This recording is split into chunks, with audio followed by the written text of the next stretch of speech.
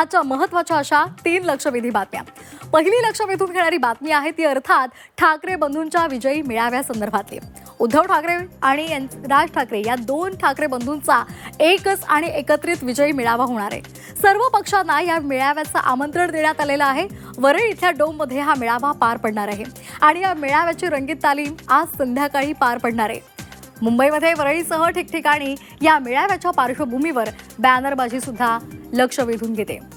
शिवसेना, उद्धव बाळासाहेब ठाकरे पक्ष आणि मनसे या दोन्ही पक्षांकडून या मेळाव्याची जय्यत तयारी करण्यात आलेली आहे. तर दुसरी लक्ष वेधून घेणारी बातमी आहे ती म्हणजे शक्तीपीठ महामार्गाला होणाऱ्या विरोधासंदर्भातली. महाविकास आघाडीचे नेते आज पंढरपूरला जाणार आहेत आणि तिथे जाऊन विठ्ठलाला साकडं घालणार आहेत. शक्तीपीठ महामार्ग रद्द करण्याची सद्बुद्धी मुख्यमंत्र्यांना दे असं साकडं ते विठ्ठलाला घालणार आहेत. त्यामुळे या संदर्भातले अपडेट सुद्धा आपण या बातमीपत्रामध्ये जाणून घेणार आहोत. तिसरी लक्षवेधी बातमी आहे ती म्हणजे अमित शहा यांच्या दौऱ्यासंदर्भातील. केंद्रीय गृहमंत्री अमित शहा आज पुण्याच्या दौऱ्यावर आहेत. विविध कार्यक्रमांना ते हजेरी सुद्धा लावणार आहेत.